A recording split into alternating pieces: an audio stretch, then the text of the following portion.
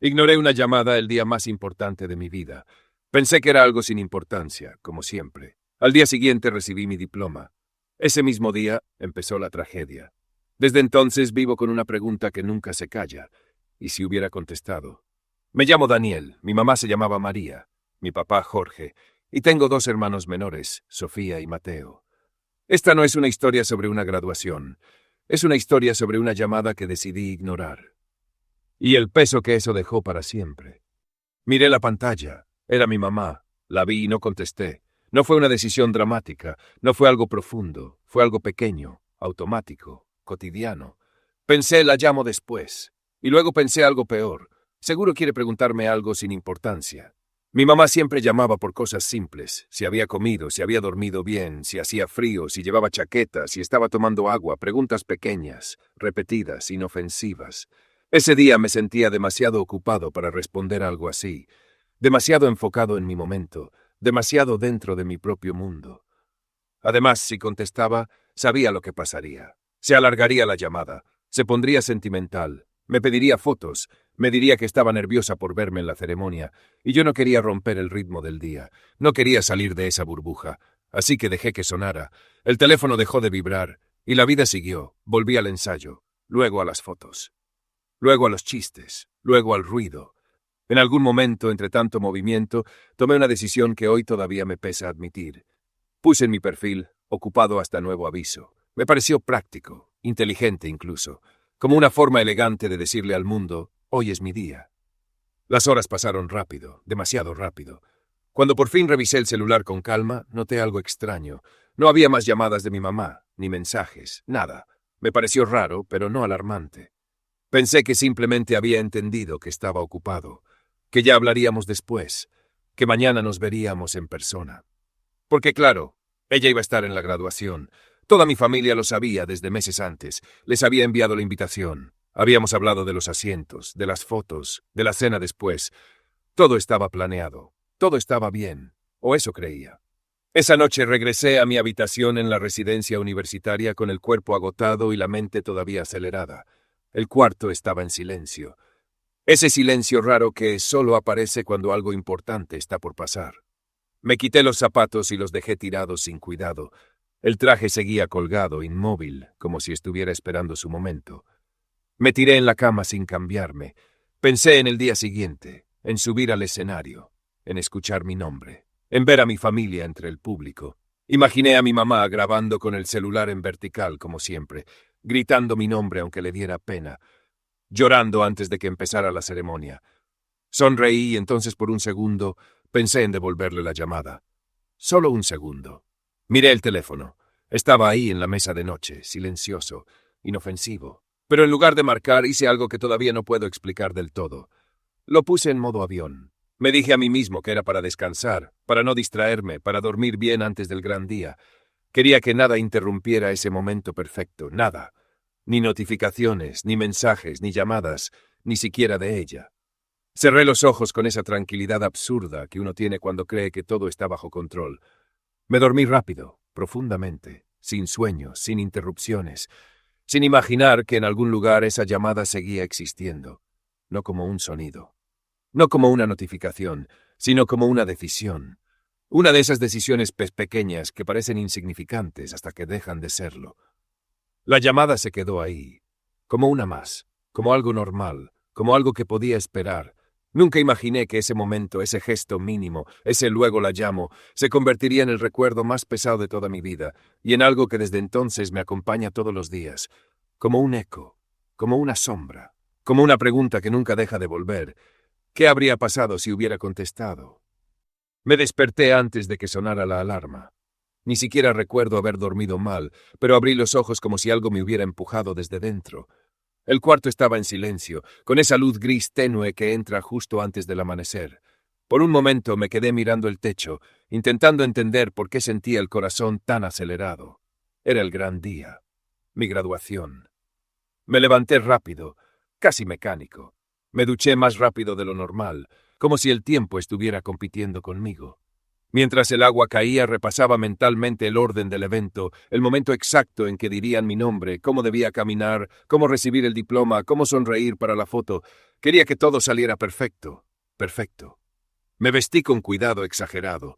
Ajusté la corbata 3 veces. Me miré al espejo más de lo necesario. No por vanidad, sino porque necesitaba sentir que tenía el control. Tomé el celular. Seguía en modo avión. Por un segundo dudé si quitarlo, pero no lo hice. Pensé, después de la ceremonia lo reviso. Primero lo importante. Salí de la habitación con esa mezcla de orgullo y nerviosismo que solo se siente cuando estás a punto de cerrar una etapa enorme de tu vida. El campus era un desfile de emociones, padres cargando ramos de flores enormes, abuelos caminando despacio pero decididos, hermanos pequeños corriendo entre las piernas de los adultos. El aire olía a perfume, a tela nueva, a emoción contenida. El auditorio estaba lleno de murmullos, cámaras levantadas, flashes anticipados. Desde la parte trasera pude ver las filas reservadas para familiares. Busqué con la mirada casi de inmediato, y ahí estaban, mi papá, mis tíos, mis hermanos. Los saludé desde lejos con la mano, sonriendo. Mi papá levantó el pulgar. Uno de mis tíos me gritó algo que no escuché. Mis hermanos hacían señas exageradas, y entonces lo vi. El asiento al lado de mi papá. Vacío. Ese era el lugar de mi mamá. Lo supe sin necesidad de pensarlo. Ese asiento tenía su energía. Siempre elegía sentarse al centro, nunca en la esquina. Decía que quería ver todo bien. Mi primera reacción fue simple. Seguro viene en camino. Ella siempre decía que odiaba manejar con tráfico. Siempre salía con tiempo, pero algo pasaba y terminaba llegando justo al límite. Me dije que era eso. Nada más. El coordinador empezó a dar instrucciones. Nos ordenaron por filas. Nos explicaron cómo subir al escenario, cómo recibir el diploma, dónde mirar. Intenté concentrarme. Intenté meterme en el momento, pero mis ojos volvían una y otra vez hacia ese asiento. Vacío. Todavía vacío. Miré a mi papá, estaba serio, no triste, no preocupado, solo serio, pensativo. Eso me desconcertó un poco, pero inmediatamente mi mente buscó una explicación cómoda. Debe estar estacionando. Debe estar entrando. Seguro ya viene caminando por el pasillo. Me obligué a respirar profundo. No iba a dejar que un pequeño detalle arruinara el día más importante de mi vida. O al menos eso me repetía. La ceremonia comenzó. Luces más fuertes, música solemne, aplausos largos, el sonido del presentador resonando por los altavoces. Los nombres empezaron a sonar uno por uno. Cada estudiante subía. Sonrisas amplias, fotos rápidas, abrazos al bajar. Mientras esperaba mi turno, el vacío empezó a sentirse distinto. Ya no era solo una ausencia física, era una sensación en el pecho, una presión leve, como cuando sabes que olvidaste algo importante en casa, pero no sabes qué es. Miré otra vez, el asiento seguía vacío, miré a mi familia. Mi papá evitaba mi mirada ahora. Eso me inquietó. Por primera vez pensé en la llamada, la de ayer, la que no contesté. Ese pensamiento apareció rápido y lo empujé igual de rápido fuera de mi cabeza. No tenía sentido relacionar las cosas. No podía hacerlo. No quería hacerlo. Y ahora, dijo el presentador, recibimos a Daniel. Dijeron mi nombre. Sentí que el auditorio se hacía más grande y más pequeño al mismo tiempo. Caminé. Las luces del escenario eran tan fuertes que casi no veía nada más allá del primer par de filas. Todo era blanco y brillante. El público se volvió una masa difusa de sombras. Pensé, seguro ya llegó, seguro está grabando. Seguro está sonriendo, como siempre. Intenté buscar entre las sombras, pero era imposible distinguir rostros. Recibí el diploma. Sonreí para la foto. Escuché los aplausos, y ahí, justo ahí, en el momento que había imaginado durante años, sentí algo raro. No tristeza, no miedo. Algo más difícil de explicar. Como si una pieza del rompecabezas no estuviera en su lugar, como si faltara una palabra en medio de una frase importante, como si mi cuerpo supiera algo que mi mente todavía no entendía. Bajé del escenario con esa sensación pegada al pecho. Mis compañeros me abrazaron. ¡Lo logramos! ¡Por fin! Yo sonreía, pero por dentro algo no encajaba. Volví a mirar el asiento, vacío. La ceremonia terminó entre abrazos, fotos, gritos y flores. Bajé hacia mi familia. Mi papá me abrazó fuerte, más fuerte de lo normal. Mis tíos me felicitaron, mis hermanos me sacaron fotos, pero nadie dijo su nombre. Nadie mencionó por qué no estaba. Y yo tampoco pregunté. No sé por qué. Tal vez porque temía la respuesta. Tal vez porque todavía quería creer que aparecería en cualquier momento diciendo, perdón, el tráfico estaba terrible. Quizás porque admitir que algo estaba mal haría que todo el día cambiara de forma. Y yo no quería que cambiara. No ese día. Mientras todos hablaban, reían y organizaban la foto familiar, mis ojos seguían buscando entre la multitud. Como si en cualquier segundo fuera a verla caminar hacia nosotros. Como si el simple acto de desearlo fuera suficiente. Pero no llegó. Y esa sensación, ese vacío que empezó como un pequeño detalle, comenzó a crecer, como una sombra que se alarga cuando cae la tarde. No sabía lo que estaba pasando, pero algo dentro de mí empezaba a obsesionarse con una idea que no quería enfrentar.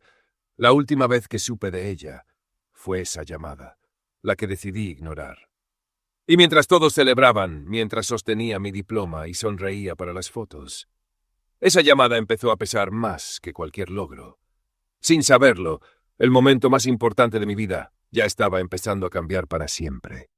Después de la ceremonia, todo fue ruido, risas, fotos, abrazos, gente diciendo «lo lograste», mientras yo sonreía como si todo estuviera en su lugar. Pero no lo estaba. El asiento vacío seguía pesando más que el diploma en mis manos. Intenté ignorarlo unos minutos más. Pensé que tal vez estaba exagerando, que era solo ansiedad, que después aparecería con alguna excusa sencilla, pero ya no podía seguir fingiendo. Me acerqué a mi familia. Mi voz salió más baja de lo que esperaba. ¿Y mamá? El mundo no se detuvo, pero para mí, sí. Nadie respondió. Mis hermanos dejaron de sonreír. Uno de mis tíos miró al suelo. Mi papá levantó la vista lentamente hacia mí, y en su expresión vi algo que jamás le había visto en toda mi vida. No era enojo, no era tristeza común. Era algo más pesado, algo contenido. Me tomó del brazo con suavidad. «Ven conmigo». Me llevó unos pasos más allá, lejos del ruido, detrás de una columna del auditorio donde el eco de la celebración apenas llegaba. Su voz bajó casi a un susurro. «Hijo, tu mamá te llamó ayer, porque no se sentía bien». Sentí que el aire desapareció. No es una metáfora. Literalmente sentí algo se cerró dentro de mi pecho. Mi mente empezó a retroceder al día anterior, como si alguien estuviera rebobinando una película demasiado rápido. La banca, el celular vibrando, su nombre en la pantalla. Yo ignorando la llamada. Mi papá continuó, pausado, como si cada palabra pesara. Pensó que se le pasaría. Cuando llegué a casa la vi pálida, muy débil. No quería ir al hospital, pero la llevé a urgencias. Mis oídos zumbaban. «Luego llegaron tus hermanos», siguió, y ella fue muy clara. «No quería que te alertáramos. Decía que era tu momento, que no quería arruinar tu graduación». Cada frase era un golpe silencioso. Justo después de medianoche intentamos llamarte otra vez, pero se iba a correo de voz. El modo avión, mi decisión, mi ocupado hasta nuevo aviso. Sentí náuseas. Ella insistió en que estaría bien, dijo mi papá. Nos pidió que no te molestáramos, que disfrutaras tu día. Por eso no te dijimos nada hasta ahora. Mi voz salió rota. «¿Dónde está?» «Está en el hospital». Esa palabra hizo que todo se volviera real. Hospital. No era tráfico, no era retraso, no era una excusa simple. Era algo que había estado pasando mientras yo sonreía para fotos, mientras yo celebraba, mientras yo dormía tranquilo con el celular en modo avión. Sin decir nada más, saqué el teléfono del bolsillo. Mis manos temblaban. Lo miré unos segundos como si fuera un objeto extraño. Quité el modo avión. Y entonces empezó. Notificaciones, mensajes, llamadas perdidas una tras otra. El sonido era constante, invasivo, imparable. El nombre de mi mamá, el de mi papá, el de mis hermanos, horas marcadas en la madrugada. Sentí un peso gigante en el pecho. Un peso físico, real, como si alguien me estuviera empujando hacia abajo.